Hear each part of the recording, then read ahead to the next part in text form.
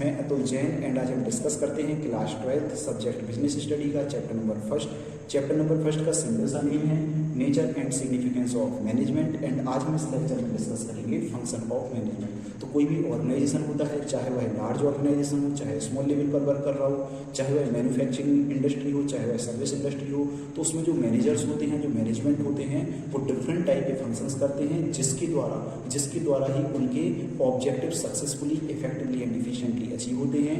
आज हम उन्हीं फंक्शंस को पढ़ने वाले हैं बिकॉज किसी भी ऑर्गेनाइजेशन की सक्सेस एंड ग्रोथ किस पर डिपेंड करती है कि कैसे मैनेजमेंट उन फंक्शंस को सक्सेसफुली कर रहा है, कैसे उनको एग्जीक्यूट कर रहा है। तो आज हम उन्हीं फंक्शंस को पढ़ने वाले हैं। तो फर्स्ट फंक्शन सिंपल सा है प्लानिंग जो होता है सारे 5 फंक्शंस में से फर्स्ट फंक्शन होता है बिकॉज क्योंकि प्लानिंग में ही किसी भी ऑर्गेनाइजेशन के ऑब्जेक्टिव डिसाइड होते हैं। हम एडवांस में थिंकिंग करते हैं, thinking in advance, what is to be done, how is to be done, when is to be done. Advance में हम सोचते हैं क्या करना है, कैसे करना है, कब करना है। तो सर एडवांस में क्यों सोचते हैं? तो एडवांस में तो सोचना ही पड़ेगा। क्या हम अपने ऑब्जेक्टिव्स को, अपने टारगेट्स को अचीव करने की बात सोचेंगे? क्या नहीं।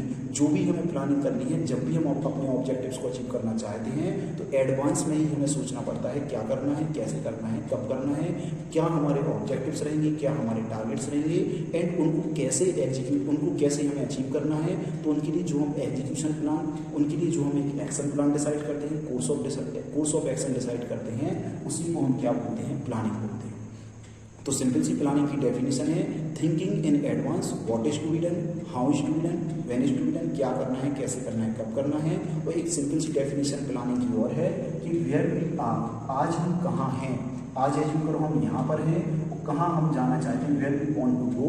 एज्यूम करो हम कहाँ जाना चाहते हैं, इस प्लेस पर यहाँ से इस प्लेस पर जाना चाहते हैं। तो उसके बीच का जो ये गैप है, इस गैप को ही हम क्या बोलते हैं? इस गैप को ही हम प्लानिंग बोलते हैं। मीन्स आज हम कहाँ हैं और कहाँ जाना चाहते हैं, तो उसके बीच का जो गैप है, उसी गैप को, उसी पथ को हम क्या बोलते हैं? प्लानिंग बोलते हैं। तो मेरे ख्याल से आपको समझ में आया होगा कि जो प्लानिंग फंक्शन होता है, फंक्शंस में फर्स्ट फंक्शन होता है एंड ऑल अदर फंक्शन के लिए बेस का काम करता है बिकॉज जब तक हम ऑब्जेक्टिव डिसाइड नहीं करेंगे तब तक ना तो ऑर्गेनाइजिंग फंक्शन होगा, ना स्टार्टिंग, डायरेक्टिंग, कंट्रोलिंग कुछ भी नहीं होगा। और थिंकिंग इन एडवांस हम करते हैं what is to be done, how is to be done, when is to be done. मेरे ख्याल से आपको क्लियर हो गया होगा। सेकेंड नंबर पर पढ़ेंगे ऑर्गेनाइजिंग। तो क्या प्लान बनाने से क्या हमारे जो भी ऑब्जेक्टिव्स हैं क्या अचीव हो जाएंगे? क्या तो प्लानिंग करने से हमारे ऑब्जेक्टिव्स अचीव नहीं होते। उसके लिए जो भी डिफरेंट एक्टिविटीज़ होती हैं उनको हमें ऑर्गेनाइज करना पड़ता है। जो भी हमारी ऑर्गेनाइजेशन डिफरेंट रिसोर्सेज होते हैं, चाहे वह फाइनेंशियल रिसोर्सेज हों, ह्यूमन रिसोर्सेज हों, फिजिकल रिसोर्सेज हों, उनको हमें क्या करना है? इंटीग्रेट करना है। उनका ऐसा ही कॉम्बिनेशन बनाना है जिससे हमारे ऑर्गेनाइजेशन के ऑब्जेक्टिव सक्सेसफुली अचीव हो। तो इसमें हम सिंपल सा करते हैं, जो भी एक्टिविटीज़ है, एक्टिविटीज़ को हम क्या करते हैं? ऑर्गेनाइज करते हैं एंड एक स्ट्रक्चर क्रिएट करते हैं। एक हम क्या करते हैं? स्ट्रक्चर क्रिएट करते हैं। स्ट्रक्चर सिंपल सा एक फ्रेमवर्क बनाना। तो फ्रेमवर्क कैसे बनाना? तो सिंपल सा है, कितनी यूनिट्स बनानी है, कितनी सब यूनिट्स बनानी है, कितने डिपार्टमेंट्स बनाने हैं, कितने डिविजन्स बनाने हैं और डिफरेंट डिपार्टमेंट में कितनी पोस्ट रखनी है, कितनी डेजिग्नेशन रखनी है। तो एक हम स्ट्रक्चर डिजाइन करते हैं, उस स्ट्रक्चर के बिहाफ पर हम एक फ्रेमवर्क बनाते हैं। तो फ्रेमवर्क में सिंपल सा होता है कितनी यूनिट्स बनानी है, कितनी सब यूनिट्स बनानी है, कितने डिपार्टमेंट्स बनाने हैं, कितने डिवीजन्स बनाने हैं। और जब हम डिपार्टमेंट्स एंड डिवीजन्स बनाते हैं तो उसमें कितनी पोस्ट रखनी है, कितनी डेजिग्नेशन रखनी है। और जो भी हम पोस्ट एंड डेजिग्नेशन हम डिसाइड करते हैं तो उनको कितनी अथॉरिटी देनी है। अथॉरिटी का मतलब क्या है? कितनी उनको पावर देनी है। सर अथॉरिटी का मतलब तो पावर टू टेक डिसीजन, कितनी उनको डिसीजन लेने की पावर देनी है, कितनी रिस्पॉन्सिबिलिटी देनी है। जब हम इस टाइप का जब हम फ्रेमवर्क डिसाइड करते हैं तो उसी को हम क्या बोलते हैं? ऑर्गेनाइजिंग प्रोसेस बोलते हैं। तो मेरे ख्याल से आपको समझ में आया होगा अकेले प्लानिंग करने से और केबिन में बैठ जाने से हमारे जो भी ऑब्जेक्टिव्स होते हैं वो अचीव नहीं होते हैं। हमें उनको ग्राउंड पर लाने के लिए एक स्ट्रक्चर क्रिएट करना पड़ता है, एक फ्रेमवर्क बनाना पड़ता है जिस कारण से हमारे ऑब्जेक्टिव्स क्या होंगे? अचीव होने में हम एक उस रास्ते में हम आगे बढ़ेंगे। थर्ड नंबर पर क्या आता है? स्टाफिंग। तो सिंपल सा है, क्या स्ट्रक्चर बनाने से, क्या फ्रेमवर्क बनाने से भी हमारा वर्क हो जाएगा? क्या ऑब्जेक्टिव अचीव होगा? क्या नहीं होगा? क्योंकि अल्टीमेटली ऑब्जेक्टिव को अचीव करने में जो हमारे लिए हेल्प करते हैं वो हमारे एम्प्लॉयज़ होते हैं, वो हमारे वर्कर्स होते हैं। तो उन एम्प्लॉयज़ वर्कर्स को क्या करना? रिक्रूट करना, उनको सिलेक्ट करना, उनको अपॉइंट करना, उनका रेम्युनरेशन फिक्स करना, उनको ट्रेनिंग प्रोवाइड करना, उनका डेवलपमेंट करना। ये सब बातें कहाँ आती हैं? स्टाफिंग में आती हैं। Because without worker, without employ कोई भी ऑर्गेनाइजेशन सक्सेसफुली रन नहीं कर सकती। और हमने प्रीवियस लेक्चर्स में पढ़ा था किसी भी ऑर्गेनाइजेशन के लिए सबसे ज़्यादा इंपॉर्टेंट एसेट होती है तो उसकी ह्यूमन रिसोर्सेज होते हैं। एंड ह्यूमन रिसोर्सेज जो होते हैं उनका जो मैनेजमेंट किया जाता है वो कहाँ किया जाता है? स्टाफिंग फंक्शन में किया जाता है। उनको रिक्रूट करने से लेकर, सिलेक्ट करने से लेकर, अपॉइंट करने से लेकर, उनको जॉब्स असाइन करने से लेकर, उनको ट्रेनिंग, डेवलपमेंट, उनको टेकिंग केयर करना, उनकी जो ग्रीवियंसेस हैं उनके साथ क्वालिटी रिलेशंस बनाना, उनका रेम्युनरेशन फिक्स करना, उनका प्रमोशंस के बारे में देखना, उनका जो भी वो वर्क करते हैं, जो भी वर्क एग्जीक्यूट करते हैं, उनका परफॉर्मेंस चेक करने का सारा एम्प्लॉयज़ ह्यूमन रिसोर्सेज से रिलेटेड सारा वर्क कहाँ आता है? स्टाफिंग में आता है। तो मेरे ख्याल से आपको समझ में आ गया होगा। थर्ड नंबर पर क्या, फोर्थ नंबर पर आता है डायरेक्टिंग। तो जो भी हम एम्प्लॉयज़ को रिक्रूट करते हैं, सिलेक्ट करते हैं, अपॉइंट करते हैं, तो वो अपने आप वर्क नहीं करने लगते। जो भी वर्कर्स होते हैं, जो भी एम्प्लॉयज़ होते हैं, उनके लिए हमें क्या करना पड़ता है? डायरेक्शन प्रोवाइड करना पड़ता है कि जिस पथ पर जो भी हमारा एक्शन प्लान है, जो भी हमारा पथ है, उस पथ के लिए उनको क्या करना? इंस्ट्रक्शन प्रोवाइड करना, उनको डायरेक्शन देना, उनको मोटिवेशन देना। क्योंकि जो भी किसी भी ऑर्गेनाइजेशन में जो भी पॉलिसीज बनाई जाती हैं, जो स्ट्रेटजीज बनाई जाती हैं, जो ऑब्जेक्टिव फिक्स किया जाता है, वो कहाँ किया जाता है? टॉप लेवल पर किया जाता है। तो जो भी टॉप लेवल के जो भी पॉलिसीज प्रोसीजर्स होती हैं, तो उनको कम्युनिकेट किस तक कम्युनिकेट करना? एम्प्लॉयज और वर्कर्स तक जो कम्युनिकेट करना, जो भी पॉलिसीज एंड प्रोसीजर्स हैं उनके बारे में इंस्ट्रक्शन प्रोवाइड करना, उनको सुपरवाइज करना, ये सारे काम कहाँ आते हैं? डायरेक्टिंग में आते हैं। उनको मोटिवेट करना। सर मोटिवेट क्यों करना? इसलिए मोटिवेट करना, कई बार जो एम्प्लॉयज और वर्कर होते हैं वो बोर हो जाते हैं, सिमिलर वर्क को करने में बोर हो जाते हैं, तो उनके लिए मोटिवेट करना जिससे वो अपना 100% हमारे ऑर्गेनाइजेशन के लिए दे पाएँ और जिससे हमारे ऑर्गेनाइजेशन अपना सक्सेसफुली अपने ऑब्जेक्टिव्स को अचीव कर पाएँ। तो मेरे ख्याल से आपको समझ में आया होगा।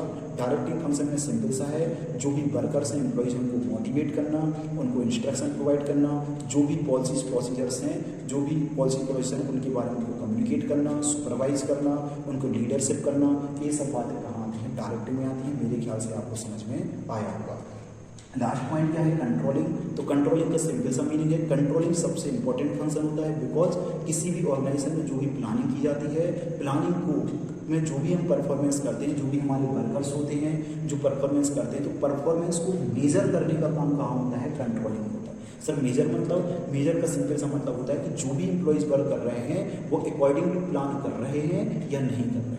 तो उनकी जो भी परफॉर्मेंस है, जो भी वो वर्क एग्जीक्यूट कर रहे हैं, उनको चेक करना, उनकी जो परफॉर्मेंस उसको मेजर करने का काम कहाँ होता है? कंट्रोलिंग में होता है। एंड टाइम पर फॉलो अप लेना। ऐसा नहीं होता कि प्लानिंग कर ली, स्ट्रक्चर बना लिया, एम्प्लॉयज को रिक्रूट सेलेक्ट कर लिया, उनके लिए हमने डायरेक्शन दे दिया, इंस्ट्रक्शन प्रोवाइड कर दिया और बैठ गए। ऐसा नहीं है। उनसे बार बार क्या लेना? फॉलो अप लेना कि जो भी हमने एक्शन प्लान बनाया था, जो भी हमने कोर्स ऑफ एक्शन डिसाइड किया था, उसी के अकॉर्डिंग वो उसी पथ पर वर्क कर रहे हैं या नहीं कर रहे हैं, उसको क्या करना? फॉलो अप लेना। एंड उनकी परफॉर्मेंस को क्या करना? मेजर करने का काम कहाँ होता है? कंट्रोलिंग। और कंट्रोलिंग में एक बात और होती है कि चेक करना। क्या चेक करना? कंपेयर करना एक्चुअल परफॉर्मेंस को। किससे कंपेयर करना? प्लान से। एज्यूम करो हमने प्लानिंग की थी कि हम 1000 यूनिट पर मंथ बनाएंगे। कितनी यूनिट बनाएंगे? 1000 यूनिट पर मंथ हम क्या करेंगे? मैन्युफैक्चर करेंगे। और पता चला मैन्युफैक्चर हुई ओनली 900 यूनिट ही क्या हुई? मैन्युफैक्चर। तो कितना सोचा था कि 1000 यूनिट बनाएंगे, लेकिन एक्चुअल प्रोडक्शन कितना हुआ? 900 का यूनिट का हुआ। तो ये परफॉर्मेंस कम क्यों हुआ? ना आ गया। तो जो एक्चुअल परफॉर्मेंस है उसको किससे कंपेयर करना? प्लान्ड परफॉर्मेंस से कंपेयर करना। और जो भी डेविएशन है, कितना डेविएशन है? 100 यूनिट का डेविएशन है। 100 यूनिट से प्रोडक्शन कम हुआ तो उनको मेजर करना, उनका डेविएशन फाइंड करना, किस रीजन फाइंड करना, किस रीजन से डेविएशन हुआ है, तो उसके लिए रीजन फाइंड करना और करेक्टिव एक्शन लेना, जिससे कि फ्यूचर में जो ये मिस्टेक हुई वो ऐसी मिस्टेक ना हो। तो मेरे ख्याल से आपको समझ में आया होगा। फर्स्ट पॉइंट में सिंपली डिस्कस किया था, प्लान बनाना है, ऑब्जेक्टिव डिसाइड करना है, what is to be done, how is to be done, when is to be done, आज हम कहाँ हैं और कहाँ जाना चाहते हैं, उसके बीच का जो रास्ता होता है, जो कोर्स ऑफ एक्शन डिसाइड करना पड़ता है, उसी को हम क्या बोलते हैं? प्लानिंग बोलते हैं। सेकेंड नंबर पर हमने ऑर्गेनाइजिंग प्रोसेस पढ़ा था कि एक स्ट्रक्चर डिसाइड, एक्टिविटीज ऑर्गेनाइज करना, एक स्ट्रक्चर बनाना, फ्रेमवर्क बनाना, यूनिट सब यूनिट डिसाइड करना। आगे समझ में मेरे ख्याल से आपको सेकंड पॉइंट भी समझ में आया होगा। थर्ड पॉइंट, जो भी हमारी ऑर्गेनाइजेशन के जो एम्प्लॉयज वर्कर्स होते हैं उनसे रिलेटेड जितनी भी एक्टिविटीज होती है वो कहाँ होती है? स्टाफिंग में। डायरेक्टिंग में हमने क्या पढ़ा था? सुपरवाइज करना, इंस्ट्रक्शन प्रोवाइड करना, डायरेक्शन प्रोवाइड करना, मोटिवेशन करना, लीडरशिप एक सारे काम कहाँ आते हैं, डायरेक्टिंग में एंड कंट्रोलिंग में सिंपल सा आता है परफॉर्मेंस मेजरमेंट, कि परफॉर्मेंस अकॉर्डिंग टू प्लान चल रही है या नहीं चल रही है, वो सब कहाँ आती है, कंट्रोलिंग में। मेरे ख्याल से आपको ये लेक्चर समझ में आया हो।